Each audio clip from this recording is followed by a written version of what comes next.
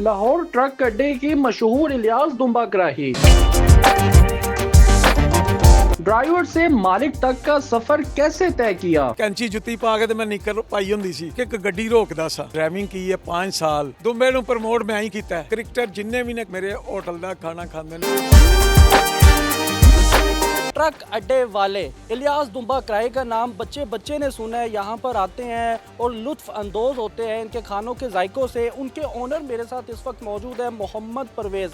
परवेज़ साहब, ये बताइएगा कि ड्राइविंग का सिलसिला सबसे पहले कैसे ज़िंदगी में शुरू हुआ?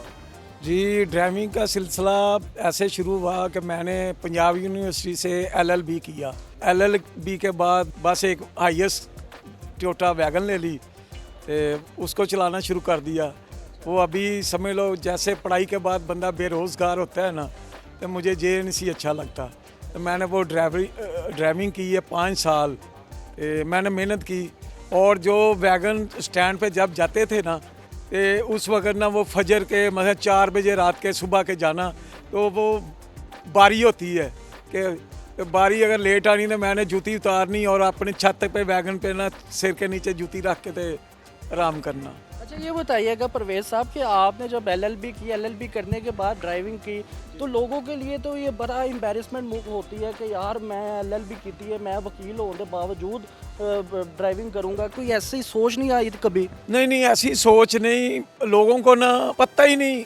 तलीम का मकसद होता है प्रॉपर एक अच्छा इंसान बनाना। अच्छा परवेज़ भाई, ये बताइएगा कि ये जो आप ड्राइविंग करते थे, ये बस जोन सी थी, ये अपनी थी या किसी की चलाते थे आप? जी, नवाज शरीफ साहब ने जी येलो कैब स्कीम निकाली थी उस वक्त। ये 90 तकरीबन 5-6 की बात है, 99।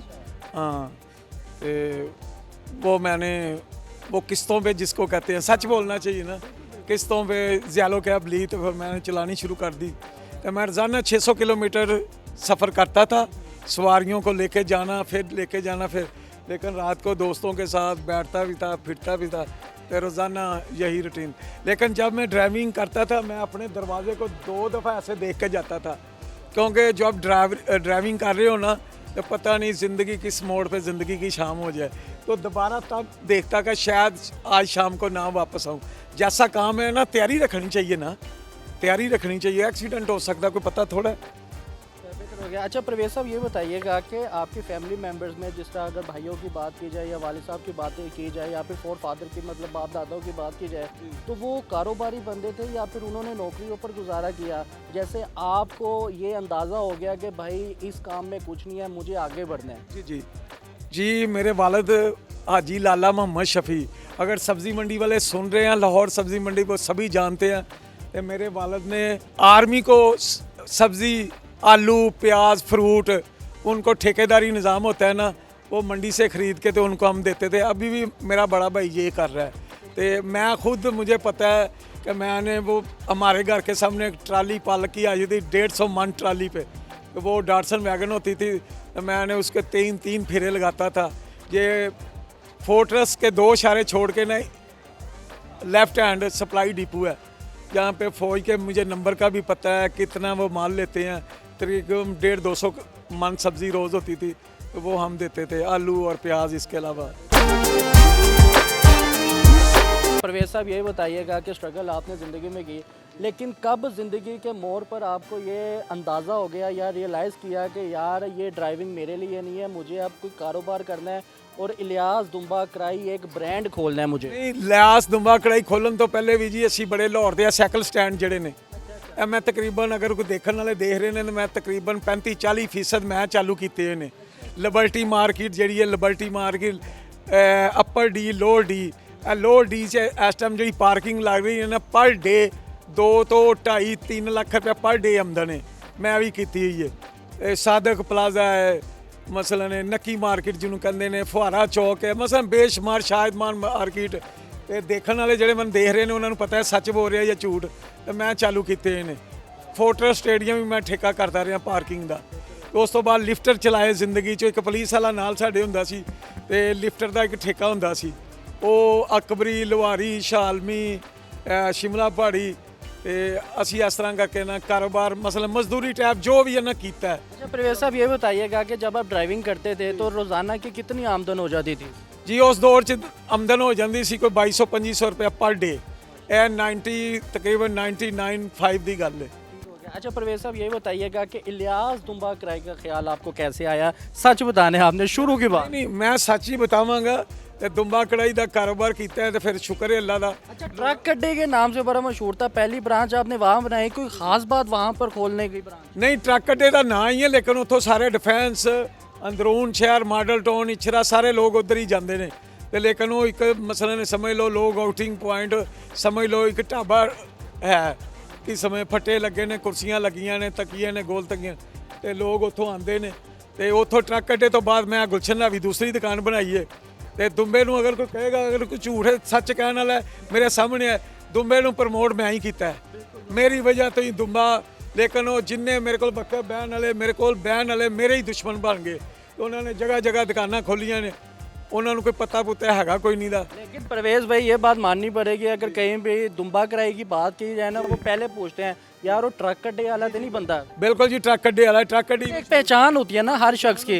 आपके रेस्टोरेंट को आपके माशाल्लाह काम को एक पहचान मिली ट्रक अड्डे के नाम से। ਬਿਲਕੁਲ ਬਿਲकुल ਐਸੇ ਹੀ ਟਰੱਕ ਅੱਡਿਓਂ ਪਹਿਚਾਣ ਮਿਲੀ ਹੈ ਤੇ ਫਿਰ ਅਸੀਂ ਇੱਥੇ ਸ਼ਹਿਰ 'ਚ ਖੋਲੀ ਇੱਥੇ ਫੈਸਲਾਬਾਦ ਖੋਲੀਏ ਤੇ ਇਮਿਆਰ ਖਾਨ ਖੋਲੀਏ ਫੈਸਲਾਬਾਦ 'ਚ ਵੀ ਮੇਰੀਆਂ 2 ਦੁਕਾਨਾਂ ਨੇ ਤੇ ਅਲਹਮਦੁਲਿਲਾ ਆਖਰੀ ਮਕਸਦ ਹੈ ਵੇ ਕਿ ਤਲੀਮ ਮੈਂ ਜ਼ਰੂਰ ਹਾਸਲ ਕੀਤੀ ਹੈ ਲੇਕਿਨ ਤਲੀਮ ਨੂੰ ਨਾ ਅਸੀਂ ਇੱਕ ਕਾਰੋਬਾਰ ਦੀ ਤਰਜ਼ 'ਚ ਜਾਣਾ ਚਾਹੁੰਦੇ ਹਾਂ। ਠੀਕ ਹੈ ਯਾਰ ਸਾਡੇ ਮੁਲਕ 'ਚ ਨੌਕਰੀਆਂ ਨਹੀਂ ਹੈਗੀਆਂ ਤੇ ਹੋਰ ਕੋਈ ਕੰਮ ਕਰ ਲਓ। माशाल्लाह आपने ब्रांचेस तो खोल ली, खाने पीने का काम भी आपने कर लिया, तो कभी सोचा था कि यार ये इतना मशहूर हो जाएगी और इतना नाम कमाएगी ये ब्रांच?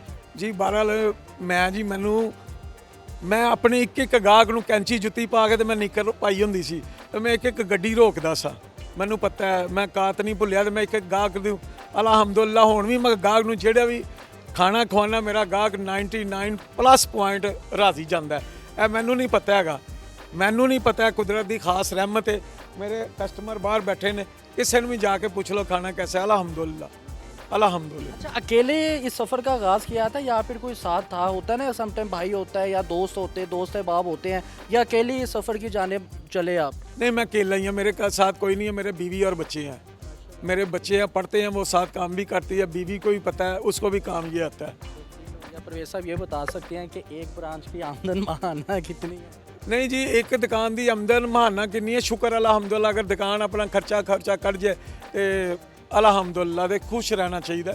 बाकी इंसान दे पैसे अगर पैसे का सोचो तो पैसे नाल दे कोई भी नहीं रजदा लेकिन मेरी दिहाड़ी खूबसूरत लंघ जाए इज्जत आबरू नाल मैं खुश रहने वाला। अच्छा परवेज साहब सोशल मीडिया का भी आपको बड़ा शौक है, अक्सर व बेशतर आपकी एक्टिविटीज़ सोशल मीडिया पर भी दिखाई देती है, बड़े बड़े फनकारों अदाकारों मौसीकारों के साथ भी आकर उठना बैठना होता है, तो ये शौक कैसे पैदा हुआ है और ख़ुद क्यों नहीं कभी फ्रंट पर गए या ट्राई किया कि यार चलो मैं अपनी इन्वेस्टमेंट करता हूँ अपना कुछ बनाता हूँ और ख़ुद फ्रंट पर आता हूँ?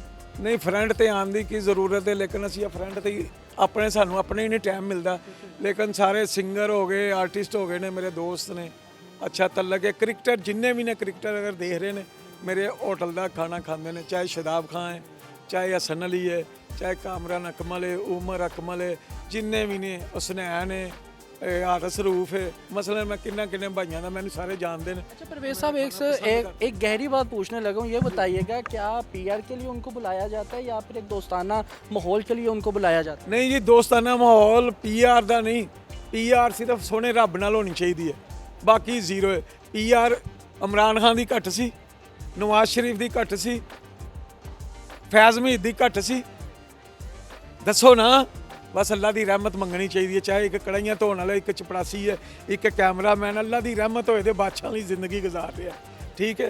तो पी पू आर का कोई नहीं सब 0/0 है सब 0/0 है। तो परवेज साहब ये बताइएगा कि आप हर ब्रांच पर टाइम देते हैं या फिर मखसूस किसी ब्रांच पर आप टाइम देते हैं या फिर स्टे करते हैं? मैं गुलशन नावी के ट्रक अड्डे लाहौर से देना वा बाकी बाहर के शहरों ज़रा कोई महीने बाद जाना मेरा बेटा है वो जाता आंदा रहिंदा है। ਤੇ ਅੱਜ ਕੱਲ੍ਹ ਤੁਹਾਨੂੰ ਪਤਾ ਜੀਨ ਹਾਜ਼ਰ ਹੈ ਮੋਬਾਈਲ ਹੈਗਾ ਕਿੰਨਾ ਗੋਸ਼ਤ ਆਇਆ ਕਿੰਨਾ ਵਿਕਿਆ ਕੀ ਨਫਾ ਕੀ ਨੁਕਸਾਨ ਹੈ ਔਰ ਰਾਤ ਨੂੰ 3 ਵਜੇ ਤੋਂ ਬਾਅਦ ਹਿਸਾਬ ਆਉਣੇ ਸ਼ੁਰੂ ਹੋ ਜਾਂਦੇ ਨੇ ਤੇ ਉਹ ਪਤਾ ਚੱਲ ਜਾਂਦਾ ਕੀ ਹਾਲਾਤ ਨੇ ਕਿਉਂ ਜੀ ਕੁਝ ਬਚਿਆ ਤੇ ਘਟਿਆ ਤੇ ਕੀ ये सब लास्ट में कोई पैगाम देना चाहेंगे ख़ास तौर पर उन लोगों को जो लोग ये कहते हैं कि जी साढ़े को 50 लाख होएगा तो असी कारोबार करांगे ਕਰੋੜ 2 ਕਰੋੜ ਹੋਏਗਾ ਤੇ ਅਸੀਂ ਕਾਰੋਬਾਰ ਕਰਾਂਗੇ अलबत्ता वो कम से भी कारोबार का आगाज़ कर सकते हैं सिर्फ जहन होना चाहिए ख़ास तौर पर उन लोगों को क्या पैगाम देना चाहेंगे ਜੀ ਪੈਗਾਮ ਇਹ ਦੇਣਾ ਚਾਹੁੰਦਾ ਕਾਰੋਬਾਰ ਕਰਨ ਵਾਸਤੇ ਪੈਸੇ ਦੀ ਨਹੀਂ ਜ਼ਰੂਰਤ ਹੁੰਦੀ ਚਾਹੇ 5000 ਹੀ ਹੈ 5000 ਤੋਂ ਹੀ ਸ਼ੁਰੂ ਕਰੋ ਅੱਲਾ ਰਹਿਮਤ ਕਰੇਗਾ ਨੇਕ ਨੀਤੀ ਨਾਲ ਕਰੋ ਤੇ 5000 ਤੋਂ ਹੀ ਸਟਾਰਟ ਲਵੋ ਇਹ ਸਾਡਾ ਐਡਾ ਪਿਆਰਾ ਮੁਲਕ ਹੈ ਜਿਹੜਾ ਕਹਿੰਦੇ ਨੇ ਮੈਂ ਇੰਗਲੈਂਡ ਜਾਣਾ ਹੈ ਅਮਰੀਕਾ ਜਾਣਾ ਹੈ ਯੂਰਪ ਜਾਣਾ ਹੈ ਫਲਾਂ ਜਾਣਾ ਹੈ ਅੱਲਾ ਦੀ ਕਸਮ ਹੈ ਉਹ ਮੁਲਕ ਹੈ ਇੱਥੇ ਗੰਨੇ ਦਾ ਰਸ ਕਿਸੇ ਦਾ ਅੱਛਾ ਵਿਕ ਰਿਹਾ ਨਾ ਅਮਰੀਕਾ ਵਾਲੇ ਤੋਂ ਬਹੁਤੇ ਪੈਸੇ ਕਮਾ ਰਿਹਾ ਅਗਰ ਕਿਸੇ ਦੀ ਫਰੂਟ ਚਾਟ ਅੱਛੀ ਵਿਕ ਰਹੀ ਹੈ ਨਾ ਅੱਲਾ ਦੀ ਕਸਮ ਖਾ ਕਰਨਾ ਉਹ ਜੱਜ ਤੋਂ ਵੀ ਅੱਛੀ ਸੈਲਰੀ ਲੈ ਰਿਹਾ ਲੇਕਿਨ ਇਸ ਮੁਲਕ 'ਚ ਨਾ ਸਿਰਫ ਨਫਸਾ ਨਫਸੀ ਦਾ ਆਲਮ ਹੈ ਕੋਈ ਖੁਸ਼ ਨਹੀਂ ਵਿਹਲੇ ਰਹਿਣਾ ਅਸੀਂ ਪਸੰਦ ਕਰਨੇ ਆ ਸਾਰੀ ਰਾਤ ਬਾਹਰ ਥੜਿਆਂ ਤੇ ਬੈਠੇ ਰਹਿੰਦੇ ਆ ਤੇ ਜਦੋਂ ਅਜ਼ਾਨ ਹੋਣੀ ਹੈ ਤਾਂ ਉਦੋਂ ਘਰ ਨੂੰ ਟੁਰ ਪੈਣਾ ਇਹ ਕੰਮ ਕਰਨਾ ਚਾਹੀਦਾ ਤੇ ਕੰਮ 'ਚ ਹੀ ਮਜ਼ਾ ਹੈ ਤੇ ਮੈਨੂੰ ਅੱਲਾ ਜਾਣਦਾ ਜੇ ਮਜ਼ਦੂਰੀ ਦਾ ਜਿੰਨਾ ਕੁ ਨਸ਼ਾ ਹੈ ਨਾ ਦੁਨੀਆ 'ਚ ਇੱਕ ਕਹਿੰਦੇ ਨੇ ਆਖਰੀ ਪੈਗਾਮ ਦੁਨੀਆ 'ਚ ਜੀ ਚਰਸ ਦਾ ਨਸ਼ਾ ਹੈ ਪਾਊਡਰ ਦਾ ਨਸ਼ਾ ਹੈ ਸ਼ਰਾਬ ਦਾ ਨਸ਼ਾ ਹੈ ਜੁਏ ਦਾ ਨਸ਼ਾ ਹੈ ਅੱਲਾ ਦੀ ਕਸਮ ਹੈ ਦੁਨੀਆ ਦਾ ਸਭ ਤੋਂ ਵੱਡਾ ਮਜ਼ਦੂਰੀ ਦਾ ਨਸ਼ਾ ਜੇ ਮਜ਼ਦੂਰੀ ਕਿਹਨੂੰ ਹੈ ਅਗਰ ਕੋਈ ਸਿੰਗਰ ਹੈ ਤੇ ਉਹਨੂੰ ਆਪਣੀ ਸਿੰਗਿੰਗ ਨਾਲ ਅਗਰ ਕੋਈ ਆਰਟਿਸਟ ਹੈ ਤੇ ਉਹਨੂੰ ਆਪਣੀ ਆਰਟਿਸਟ ਨਾਲ ਅਗਰ ਕੋਈ ਦੁੰਬਾ ਕੜਾਈ ਵੇਚਣ ਵਾਲਾ ਕੋਈ ਸਾਈਕਲ ਸਟੈਂਡ ਵਾਲਾ ਤਾਂ ਉਹ ਆਪਣੀ ਜੋ ਲਗਨ ਨਾਲ ਉਹਨੂੰ ਨਸ਼ਾ ਹੁੰਦਾ ਨਾ ਕੰਮ ਦਾ ਉਹ ਰਾਤ ਦੇ 3 ਵਜੇ ਵੀ ਉੱਠਦਾ है 4 दिन हो गया परवेज साहब आपकी माजरत बात काट रहा हूँ मुझे ये बताइएगा कि अब किसी ड्राइवर को आप देखते हैं तो अपना वो वक्त याद आता है कदर होती है उस ड्राइवर की ਜੀ ਡਰਾਈਵਰ ਨੂੰ ਅਗਰ ਕਿਤੇ ਵੀ ਮੈਂ ਵੈਗਨ 'ਚ ਸਫ਼ਰ ਕਰਾਂ ਕਿਤੇ ਵੀ ਮੈਂ ਉਹਨੂੰ ਦਾਵਤ ਦੇਣਾ ਬਲਕਿ ਮੇਰੀ ਆਦਤ ਹੈ ਮੈਂ ਕਿਸੇ ਬਾਜ਼ਾਰ ਚਲਾ ਜਾਵਾਂ ਅਗਰ ਸੂਈ ਵੀ ਖਰੀਦ ਲੈਣਾ ਤੇ ਮੈਂ ਉਹਨੂੰ ਕਹਿੰਦਾ ਮੇਰੀ ਉੱਥੇ ਦੁਕਾਨ ਹੀ ਤੇਰੀ ਦਾਵਤ ਹੈ ਤੇ ਡਰਾਈਵਰ ਨੂੰ ਵੀ ਮੈਂ ਜਿੰਨੇ ਡਰਾਈਵਰ ਭਾਈ ਨੇ ਮੈਂ ਦਾਵਤ ਦੇਣਾ ਜਿਹੜੇ ਵੈਗਨਾਂ 'ਚ ਵੀ ਕਦੀ ਸਫ਼ਰ ਕੀਤਾ ਤੇ ਮੈਂ ਉਹਨੂੰ ਕਹਿੰਦਾ ਯਾਰ ਮੇਰੀ ਦੁਕਾਨ ਹੀ ਉੱਥੇ ਆਈ ਤੇ ਤੇਰਾ ਖਾਣਾ ਮਸਲਨ ਦਾਵਤ ਹੈ ਅਲਹਮਦੁਲਿਲਾ ਮੇਰੇ ਕੋਲ ਆਉਂਦੇ ਨੇ ਖਾਂਦੇ ਨੇ ਪੀਂਦੇ ਨੇ ਤੇ ਮੈਨੂੰ ਅੱਛਾ ਲੱਗਦਾ